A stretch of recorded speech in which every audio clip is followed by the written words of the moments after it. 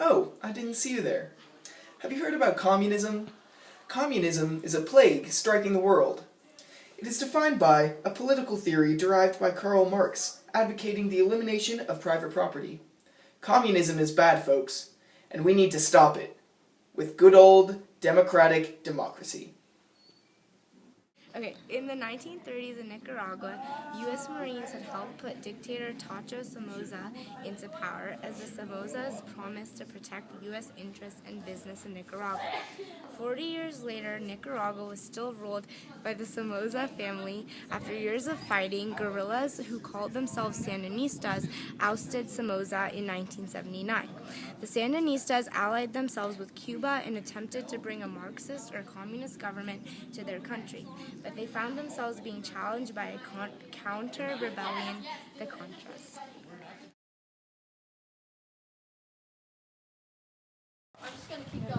Hola, my name's Manuel, and I'm a Contra. Contras are anti-communist opponents of the Sandinistas, who control the Nicaraguan government.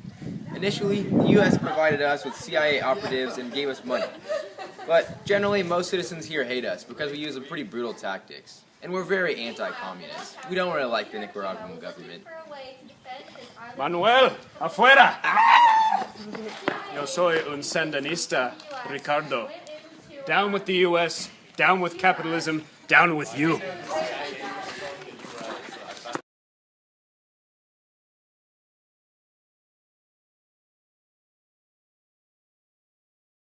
Hi, I'm Ronald Reagan, President of the United States. The year is January 1981. I do not like communism. I support the Contras in Nicaragua with the Reagan doctrine, which I made. I've given $19 million to Contra in Nicaragua to help fight communism. In 1984, Nicaragua filed a lawsuit in the International Court of Justice against the United States in Nicaragua versus United States, which in 1986 resulted in a guilty verdict against the U.S., calling on it to cease and to refrain from the unlawful use of force against Nicaragua through placement of underwater mines by CIA operatives and training, funding, and support of the guerrilla forces. The U.S. was in breach of its obligation under customary international law not to use force against another state and was ordered to pay reparations. The U.S. response to this ruling was to dismiss the ruling of the court, holding that its power did not supersede the Constitution and escalate the war.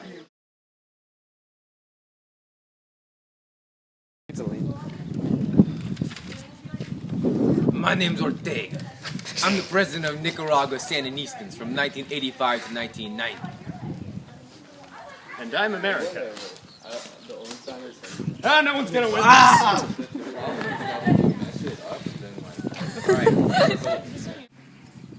Just to give you a little background about what just happened, I'll give you the point of view from a Sandinista perspective. We grew up in a situation where we didn't know what freedom or justice were, and therefore we didn't know what democracy was. The people of Nicaragua were suffering oppression. This made us develop an awareness which eventually led us to commit ourselves to the struggle against the domination of the capitalists of our country in collusion with the U.S. government, such as imperialism.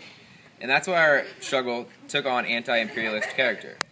One has to bear in mind that during my childhood and adolescence, I suffered the repression of Somoza dictatorship in every way, economically, socially, as well as at the hands of the police. Because if we went out to play in the street, like baseball, the police would come up and beat us down and put us in prison.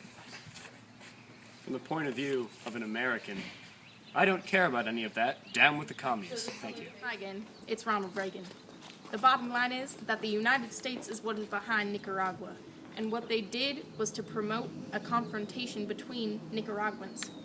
We spent a lot of millions of dollars in armaments to provide for the Contras in Nicaragua. The contempt of the International Court of Justice was a big problem. And of course, it was painful to have to accept that we were being confronted by another part of the Nicaraguan people, who were as poor as the Sandinistas who were defending the revolution, but who acted as tools of an imperialist policy. This was a war that went beyond Nicaragua, and without the United States, the Contras would not have existed.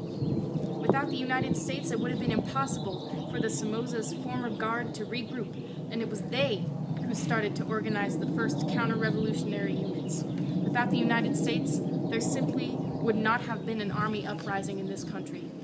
Thank you, citizens. Thank you for that detailed history on the Proxy War in Nicaragua. This is Michael Restrepo, signing off. Patriotism.